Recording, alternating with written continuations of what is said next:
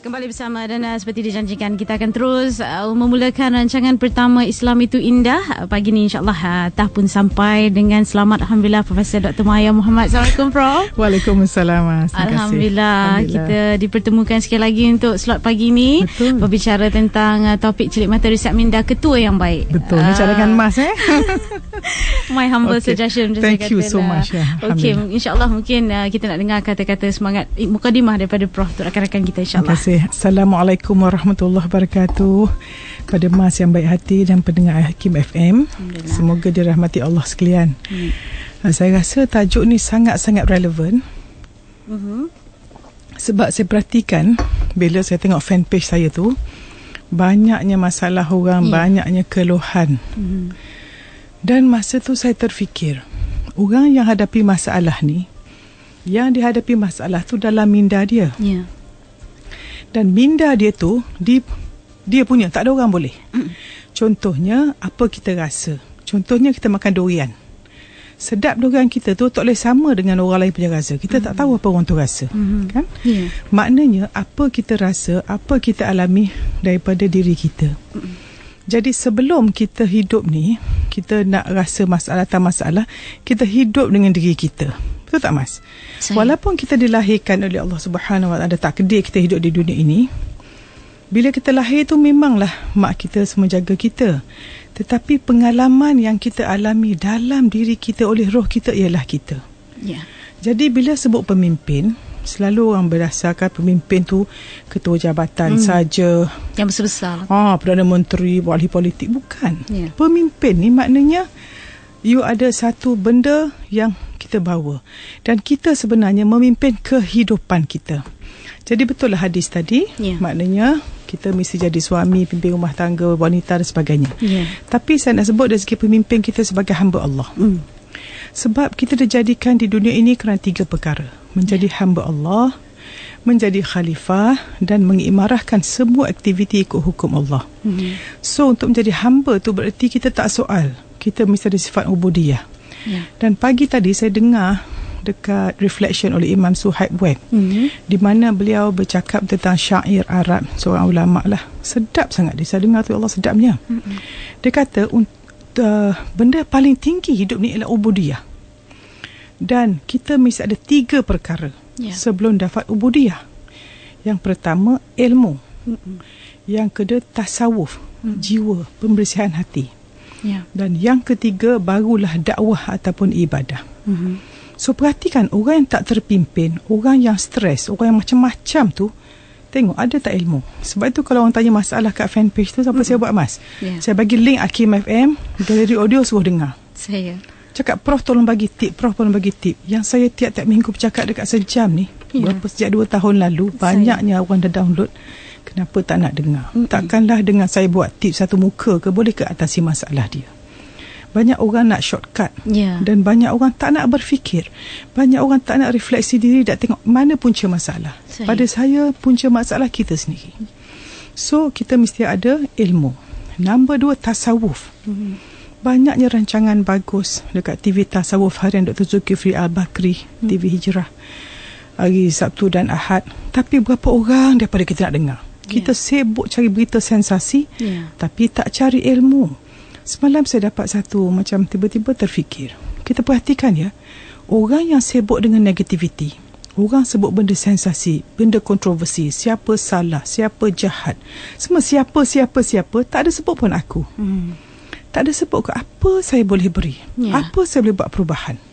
Dok sibuk kata banyak masalah, tapi tidak pernah melihat macam mana saya boleh memberi kelonggaran, ketenangan pada masalah itu. Banyak orang sibuk kenapa orang ni tak buat, kenapa duk sibuk tengok orang, tapi tak ada kenapa saya boleh buat. Dan dalam organisasi pun, dalam kita jadi pemimpin pun, kita sebagai pemimpin jangan fikir apa saya boleh dapat, mesti apa saya boleh beri. Sebab itu kadang dalam universiti lah sibuk nak kempen, nak jadi presiden persatuan, nak tanya orang yang nak kempen jadi presiden persatuan tu tujuan untuk apa.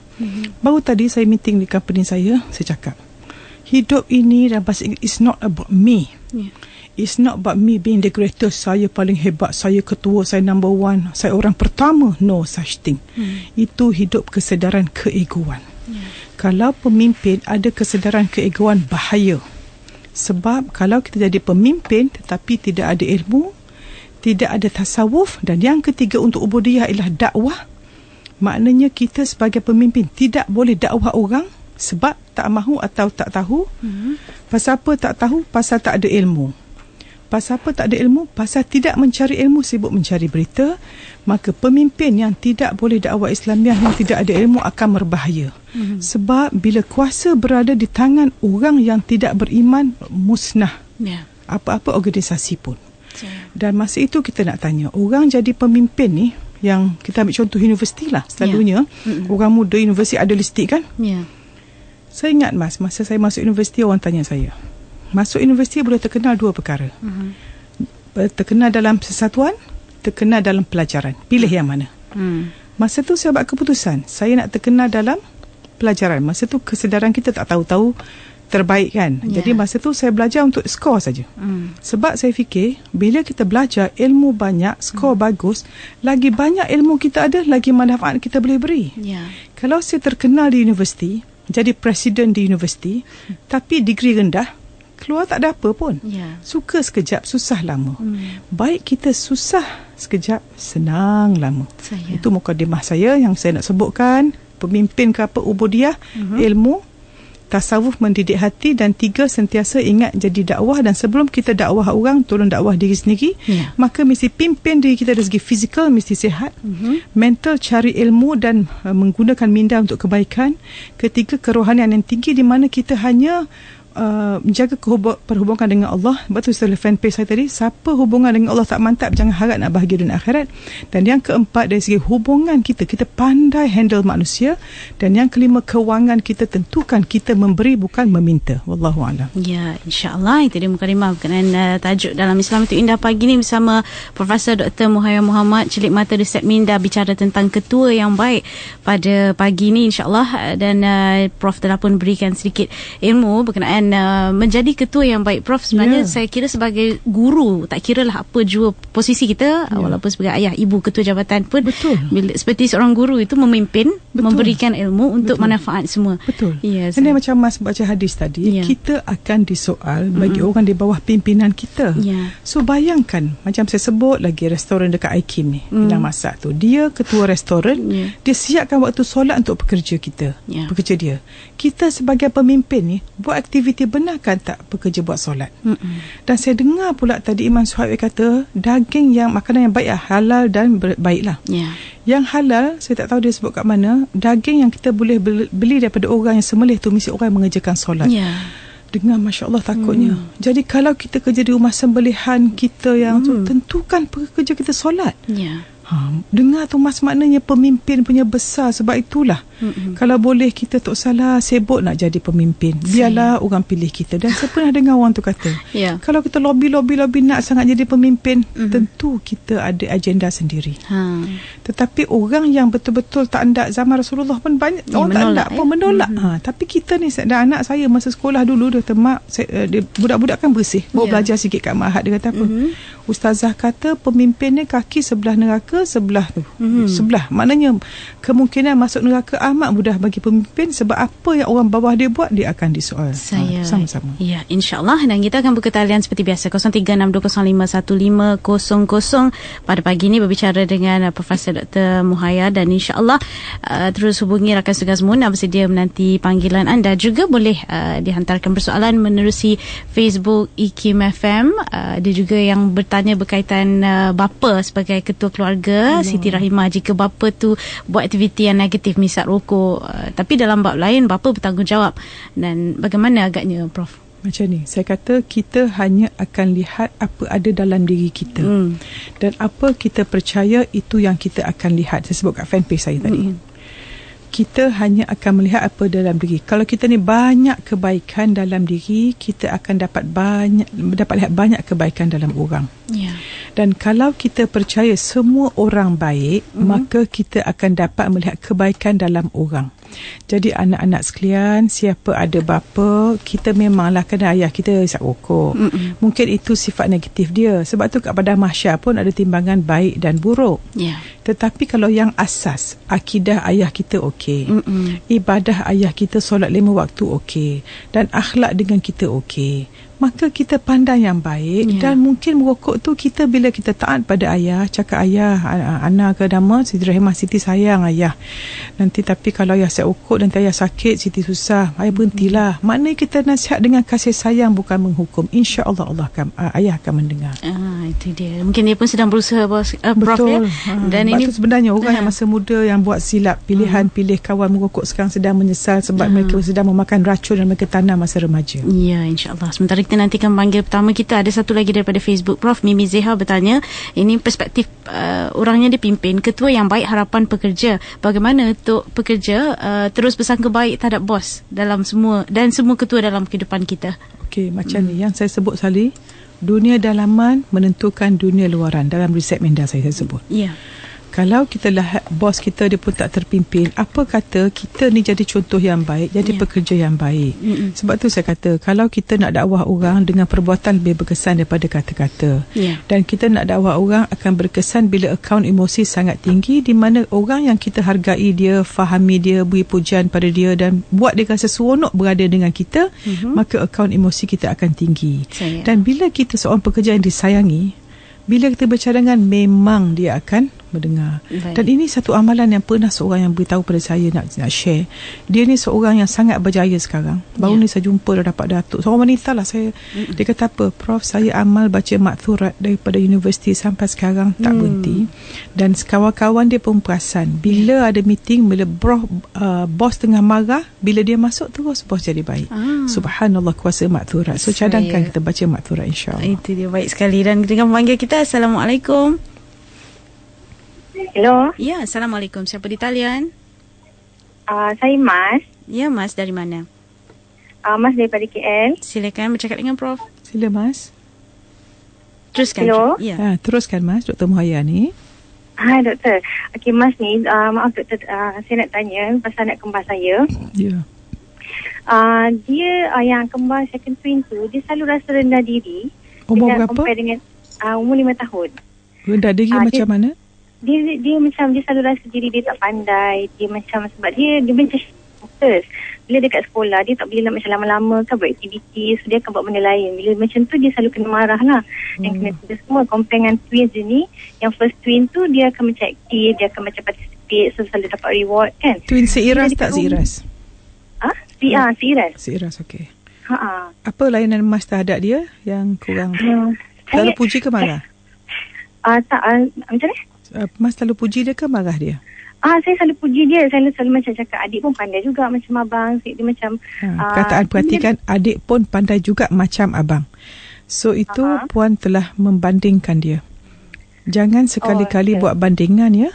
Pasal kita mesti yakin bahawa anak kita walaupun kembar seiras, mereka individu berbeza. Maka kalau boleh saya cadangkan selalu kita nak jadi ibu bapa yang baik, kita tangkap anak kita buat benda yang betul.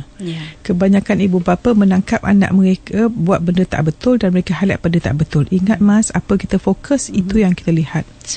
So penting bawah 6 tahun anak-anak macam sponge, image diri dia terbentuk sekarang, paradigma terbentuk sekarang. Saya cadangkan Mas cakap dengan cikgu di sekolah, kalau boleh-boleh tak, jangan marah, jangan bandingkan. Pantang besar mengkritik dan membandingkan anak-anak. Baik. Kita dengar panggil seterusnya dari Damansara. Saya nak tanya macam ini, saya selalu mendengar IKIM FM tapi saya pun selalu call tak dapat. Kadang-kadang saya nak tanya dengan ustaz ke ustazah, macam itu saya pun tak boleh call. Saya ada satu soalan. Saya ini pembantu dari Indonesia tapi saya punya masalah dengan keluarga saya. Macam ini saya nak tanya, saya punya suami, masa saya mengandung umur 3 bulan, anak saya umur 3 bulan dalam kandungan, suami saya itu pergi, lepas itu dia ada perempuan lain. Lepas itu dia sudah tahu saya melahirkan anak, sehingga anak saya itu sekarang sampai umur 7 tahun. Lepas itu saya minta tanggungjawab dari dia, langsung dia tidak hiraukan saya. Malah istri dia itu selalu menghina saya dan mengejek saya. Itu macam mana saya nak minta tanggung jawab dia. Itu saya minta saran dari Prof. Itu dah Ibu Khalifah namanya. Terima kasih Ibu Khalifah. Terima kasih. Memang ini satu benda sering berlaku. Tapi macam saya sebut Mas, setiap yang berlaku tidak ada yang tidak baik. Setiap yang berlaku satu mesej daripada Allah untuk kita memperbaiki diri kita, melihat diri kita, dan orang yang menerima musibah tetapi dia sabar dan redha, Allah beri ganjaran. Sebab memang orang yang bersabar akan sentiasa mendapat kemenangan. Nombor 2, saya nasihatkan ibu, kita tidak boleh mengubah apa berlaku, kita boleh mengubah respon kita terhadap apa yang berlaku. Dan sama ada sesuatu itu masalah atau peluang, ialah cara kita berfikir dan cara kita melihat. Jika kita mengubah cara sesuatu, itu akan berubah. So saya cadangkan, hentikan merasakan menjadi mangsa. Hentikan, ibu tidak boleh gembira hanya ditinggalkan suami.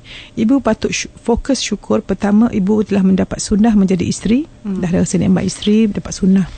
Nombor 2, masih dalam status perkahwinan, ibadah kita lebih besar daripada tak berkahwin. Nombor 2, ada zuriat dah umur 7 tahun. Apa kata ibu fokuskan tenaga, jiwa, raga ibu untuk membesarkan anak ini menjadi pencen kubur. Jangan ada aura negatif di rumah, sentiasa mengeluh, merungut, menyesal dan sebagainya, sampai anak ni tidak ada kreativiti, tidak boleh fikir masa depan yang cerah. Bayangkan, mungkin ibu umur 30-an tetapi anak ini ada 60 tahun lagi di masa depan dia. Jangan bunuh dia punya potensi untuk membesar. Betulkan akidah ibu, ibadah ibu, akhlak ibu, dan berdoa pada Allah, dan tukarkan minda kita negatif kepada positif, bercakap hanya yang baik dan berusaha sedaya upaya. Dan banyak ada pembantu di Indonesia yang berjaya, mereka bekerja baik, jadi pekerja, dan bila majikan sayang dapat banyak pertolongan, dan bila dia pulang dia boleh buat rumah sendiri dan berniaga, dan lupakan. Banyak pembantu rumah yang suami tinggal semua sangat berjaya sekarang, sebab mereka tidak lihat ke belakang, mereka melihat ke depan dan buat pilihan yang baik setiap hari. Wallahualam. InsyaAllah. Dan kita terus ke Singapura, Puan Farida. Assalamualaikum Prof. Saya mengucapkan ribuan terima kasih sangat, kerana kemarin saya pernah bertanya tentang macam mana saya nak menyelami perasaan anak saya yang berumur 14 tahun. Dan Prof ada menyuruh saya membuat satu misalnya kata macam skrip antara anak dengan ibu, dan saya sudah melakukannya, dan alhamdulillah perkembangannya amat baik sekali. Dia dah meluahkan perasaan. Salah satu yang dia tulis di dalam buku tu, dia menyatakan bahawa dia tak yakin diri dia macam mana nak menyayangi saya.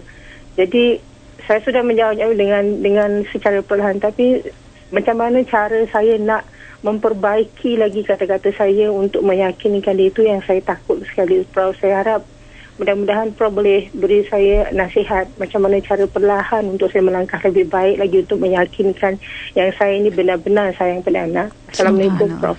Masya Allah, syukur pada Allah. Inilah Mas, kadang kita buat kerja kat dunia rasa penat, tetapi kalau dapat faedah, Masya Allah, harap dia pencen kubur. Saya harap semua para pendengar yang ada masalah hingga remaja, tolong kalau kita tak pandai bercakap, buat tulisan.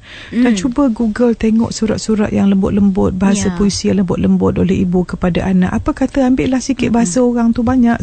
Kita siapa tak tahu, ada mungkin pian boleh tengok, ada tak maknanya puisi pesanan ibu kepada anak ke, buat puisi cantik, modify bahasa. Dan ingat Puan, bercakap daripada hati kita. Apa keluar pada hati akan sampai pada hati anak kita. Dan jangan was-was tentang keberkatan Puan dan keyakinan Puan dan kebergantungan kepada Allah. Yakin pada Allah, jangan yakin pada manusia. InsyaAllah Puan boleh lakukannya. Itu dia, terima kasih. Dan seterusnya dari Kelantan. Assalamualaikum Prof yang baik hati. Saya Syafiq dari Kelantan. Saya nak tanya satu soalan. Macam mana saya nak nasihatkan anak saudara saya yang tingkatan 1, lelaki, yang berkawan dengan kawan-kawan yang suka mencuri. Kawan dia adalah jiran saya jugalah. Terima kasih. Kanak-kanak tingkatan 1 ni sebenarnya dia role model, 7 hingga 14 tahun dia tengok orang sekeliling dia. Dan kenapa kadang-kadang dia suka pada kawan-kawannya, selalunya orang yang kategori A suka orang kategori A. So kalau kita tengok anak saudara kita tu suka kawan budak mencuri, kita tengok pula kategori anak kita tu. So tak boleh salahkan kawan yang dipilih, tetapi kita lihat di dekat anak saudara kita. Contohnya macam ni, saya rasa komunikasi adalah segala-galanya. Apa kata saudara sebagai bapa saudara yang lebih tua, cuba cakap dulu ayah Pak Long ke apa macam ni, jadi macam ni. Beri nasihat, beri kasih sayang dan secadangkan. Saya ni tak tahulah, saya rasakan banyak orang membelanjakan wang lebih pada diri bukan pada orang lain. Banyak orang lebih suka menerima daripada memberi. Apa kata kita ni suka bersedekah, sebab setiap kali kita sedekah pelembutkan hati orang. Dan kita sebagai bapa saudara mungkin bekerja tak usah banyak lah mas, saya tahu saya tak suka lah, tak faham, mungkin ajak pergi makan sikit, makan mi goreng ke apa, RM2 RM10 belanja, tapi masa tu bercakap, komunikasi man to man punya talk. Cakap okey abang rasa apa punya masa depan nak macam 10 tahun lagi nak kat mana, cuba buat skrip macam tadi. Saya rasa skrip ni sangat penting sebab remaja sangat imaginatif dan kreatif. Biar ada tulis, dapat tulisan tu boleh baca dia. Wallahualam. Pelaburan sikit, Prof. Pelaburan sikit. Mahal ya Allah, berkat duit tu insya-Allah dia panggil zakat. Ada pernah ulama tu kata, saya tanya orang, dia panggil macam zakat juga, zakat pelembut hati. Insya-Allah. Baik, kita dengar seterusnya. Saya didapati oleh saya baru sedar kawan-kawan saya cakap saya ni seorang yang amat yang mudah dipermainkan oleh orang lain. So akhirnya ada seorang kawan saya memberikan saya cadangan agar saya kena act sikit, maksudnya saya kena upkan diri saya di halayak supaya saya tidak direndah-rendahkan oleh staf-staf bawahan. Tapi masalahnya saya risau bila saya berkeadaan demikian akan jadi timbulnya riak dan sebagainya, perkara-perkara yang tak diingini. Ada tak cadangan daripada Prof bagaimana saya nak atasi masalah saya dan apakah amalan-amalan dari segi rohani yang boleh saya lakukan untuk mengatasi masalah ini? Saudari Aminah. Terima kasih Aminah. Pertama, saya nak cakap jangan dengar orang cakap dan kita lihat orang yang bercakap itu. Tengok hasil kehidupan dia. Kalau hasil kehidupan dia seorang yang ada kesihatan, ada kebahagiaan, ada ketenangan, ada kewangan yang baik dan bahagia rumah tangga semua, boleh kita ambil contoh. Tetapi perkataan up sikit, sebenarnya orang melayan kita sebagaimana kita mengajar orang melayan kita. Dan mungkin perspektif orang yang beri nasihat ni, dia rasa mungkin kita pangkat besar, kita mesti kontrol macho, jangan staff simply masuk bilik kita tanpa permission dan sebagainya. Mungkin pada dia, lepas tu saya kata perspektif. Hidup ni sebenarnya perspektif dan persepsi dan cara melihat. Tetapi kalau kita merasakan semua manusia sama, yang membezakan hanya takwa kepada Allah Subhanahu Wa Taala, dan kita ada pangkat ni bukan nak tunjuk kita lebih pada orang. Pangkat ni berarti lagi banyak pangkat, lagi tinggi tanggungjawab dan akan banyak disoal di akhirat nanti, maka kita akan sangat berhati-hati. Jangan orang yang zuhud ialah walau pangkat mana apa di dunia pun tidak mempengaruhi jiwa dia. Jadi saya cadangkan, bila puan tanya, saya dapat merasakan jiwa saya merasakan puan seorang yang baik, yang lemah lembut. Nampak orang luar yang mata dia punya filter sistem cermin mata dia keladak sikit, maka dia nampak keburukan dalam orang. Orang yang cermin mata dia jernih, hati dia jernih, kesedaran ketuhanan yang tinggi, insya-Allah dia tidak merasa benda. Jangan dengar nasihat tu, saya cadangkan be yourself, jadi diri kita sebenar. Dan kita hendaklah, walaupun kita bekerja tak guna mas, kita kerja lama-lama, kita tak kira apa kita dapat, tapi siapa kita jadi dalam pekerjaan itu. Kalau kita lagi naik pangkat, lagi teruk baik tak usah naik pangkat. Na'udzubillah. Kita raikan juga daripada Facebook, Prof. Muhammad Syarizam tanya, bagaimana nak berdepan atau menghadapi bos yang pandai berkata-kata seperti suruh buat kerja cepat, jangan cuti banyak, jangan banyak rehat, pada masa sama dia juga buat perkara yang sebaliknya. Ini saya sebut tadi, saya meeting, saya kata gini, kalau katalah kita mungkin ada 3 level satu, yang pertama, kedua, ketiga, keempat. Kalau orang yang pertama merasakan orang kedua tak ikut arahan dia, dan orang dua rasa yang ketiga tak ikut arahan dia, seterusnya, maka kalau saya jadi orang yang pertama tu, kalau orang yang kedua tak ikut arahan dia, saya tak marah orang tu dulu, saya marah diri saya dulu. Apa yang staff saya buat tak happy, saya fikir, adakah saya pun sama tak buat apa yang saya patut buat pada orang atas saya. Macam kita CEO, kita answerable to chairman, tetapi kita as CEO tak jalankan kerja, the boss around, buat ni, kita relax. Maka kita ni nak dakwah orang dengan akhlak, bukan dengan perkataan kita. Jadi kalau kita nak atasi benda tu, saya cadang macam ni. Bagi bos tu, saya harap orang yang berperangai macam ni mendengar dan muhasabah diri dan ingat Kita walau bos macam mana pun, kita ada anak, ada cucu, ada masa depan, kita akan berjalan di jalan raya. Siapa jaga kita tak aksiden, siapa jaga kita tak sakit, siapa jaga pokok tak runtuh rumah kita, siapa jaga pencuri tak masuk rumah kita, semua rahmat Allah. So kalau kita seorang yang mengambil peluang atas kederat, atas titik peluh orang, maka bila kita tak adil pada orang, maka jangan harap keadilan Allah. Kita nak suruh Allah adil pada kita, tapi kita tak adil pada orang. Jadi buka minda untuk saya juga, yang bila kita lagi tinggi pangkat ni, macam-macam kita rasa bosi. Ingat ya, kita jadi ketua hanya tanggungjawab, bukan pangkat untuk besar-besar dan suruh hormat kita. Ya, ingat, kita hormat orang, baru orang hormat kita. So bagi siapa yang bos macam ni, tak apa, maafkan dia, hantar kasih sayang, kita buat apa yang kita boleh. Sebab bila kita mati, Allah tak tanya pasal bos kita, Allah tanya pasal kita. Taat pada Allah, Allah akan buat orang taat pada kita. Betul, tepat. Dan kita dengar seterusnya dari Ceras. Okey, soalan saya, masalah saya macam ni. Saya ada seorang anak umur 6 tahun, tapi saya sendiri memang menghadapi masalah untuk bukan berkomunikasi, tapi masalah saya ini lebih pada macam mana nak mendidik dia supaya jadi anak yang soleh. Saya selalu bercakap dengan dia dengan nada yang baik, tapi kadang-kadang tak tahu, mungkin pergaulan dia ke, ada masanya dia agak meninggi suara dengan saya, dengan ibu dia. Kadang-kadang saya cuba ajak dia untuk solat jemaah, ada masa dia ikut, ada masa dia tak ikut. Jadi minta pandangan Prof, apa yang patut saya lakukan? Yang pertama, perhatikan perkataan tu saudara, kadang-kadang. Kita ni banyak manusia kadang-kadang. Manusia kalau, manusia tak boleh, manusia nanti, macam mana, susah, payah. Buang bahasa kadang-kadang, bahasa keladak. Anak kita baik banyak, tapi kadang-kadang. Jadi sendirilah. Satu. Nombor dua, anak saudara belum 7 tahun, belum ada akal. Janganlah expectation terlampau tinggi. Cuba saudara bayangkan, saudara umur 6 tahun, cuba tanya mak perangai saudara macam mana. Okay. So kita kalau boleh, jangan expect anak kita jadi dewasa sebelum dewasa. Budak-budak pun ada masa dia pun tak betul juga. Kita pun sendiri pun yang dah tua ni pun tak baik juga. Jadi apa kata, jangan stres. Jadikan proses mendidik anak itu belajar tentang diri kita dan tentang anak kita. Setiap kali dapat feedback negatif anak kita melengking, fikir kita ada tak lawan Allah. Maknanya macam ni Mas, dapat aja kita macam ni tau. Kita main apa squash, pak tum dapat. So kita dapat, bila kita pantul, kita tendang kuat kepada dinding, datang balik kuat tak? Kuat kan? Macam squash kan? Macam itulah hidup kita.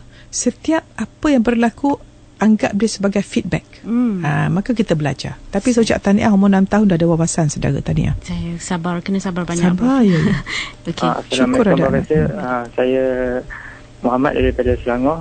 Soalan saya ialah, saya anak kedua daripada 3 adik-beradik, semua lelaki, dan saya mempunyai masalah dengan bapa saya, iaitu saya tak tahu macam mana saya nak tunjukkan perasaan sayang saya kepada ayah saya, dan kerenggangan hubungan kami tambah teruk apabila saya berhenti universiti kerana saya ingin belajar agama di sekolah pondok, dan sekarang ni saya sudah masuk pondok hampir setahun, dan saya dengan ayah saya hubungannya agak renggang, dan saya minta tips ataupun betul macam mana saya nak menunjukkan kasih sayang saya kepada ayah saya.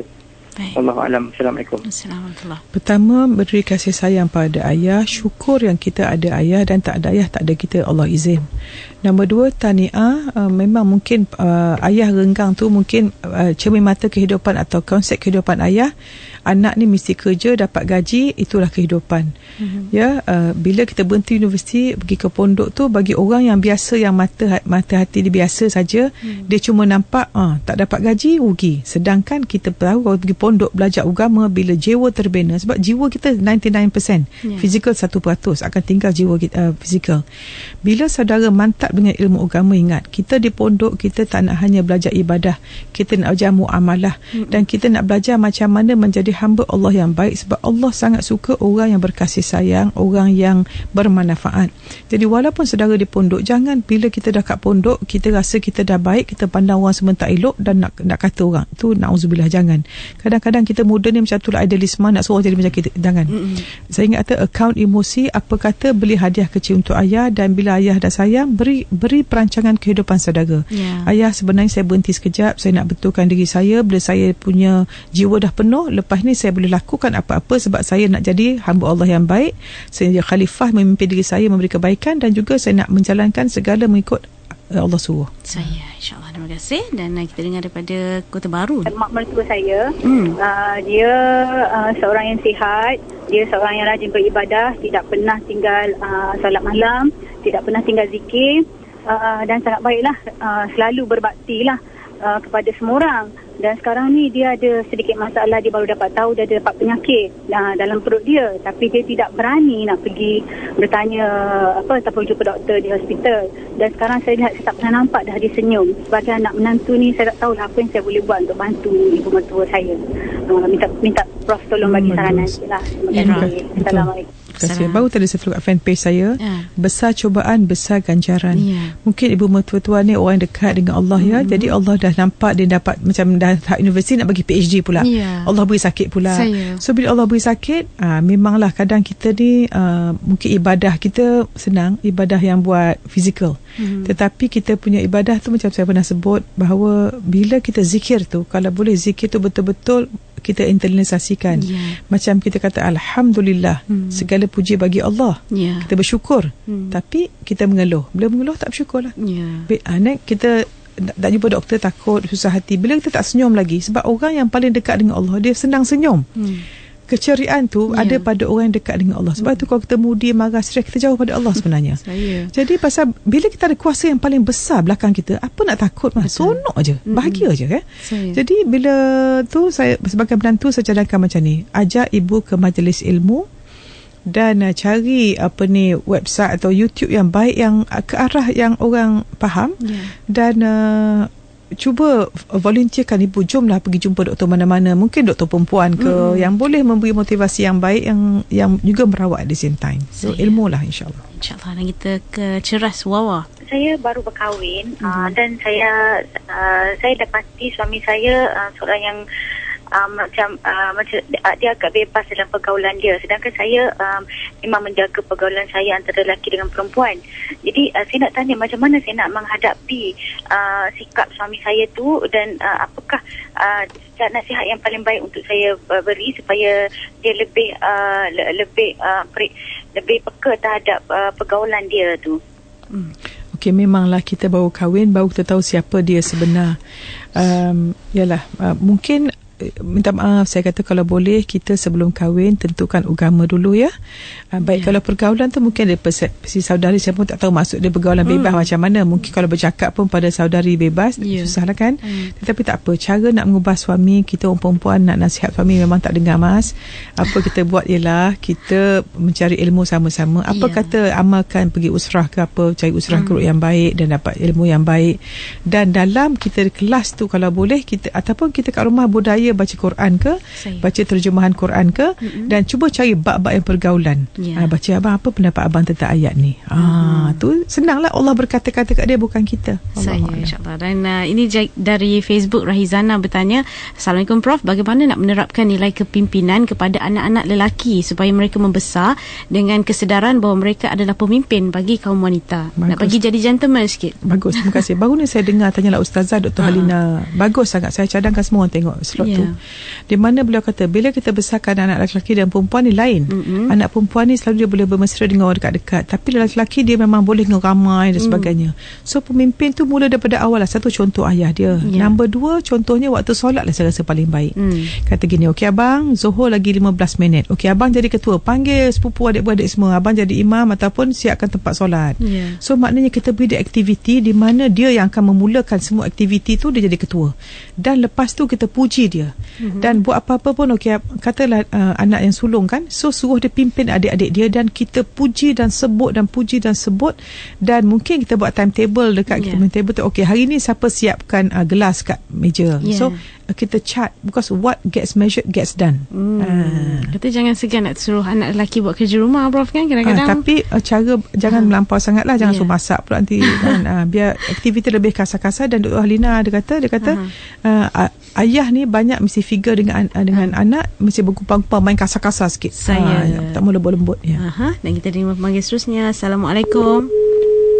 0362051500. Masa kita menanti panggilan kita waktu ini. Dan kalau sebut tadi Puan Rohizana tu, saya pernah mendengar pepatah Inggeris mengatakan, if you see a man treats a woman like a princess, see who raised him up. It must be a queen. Wow.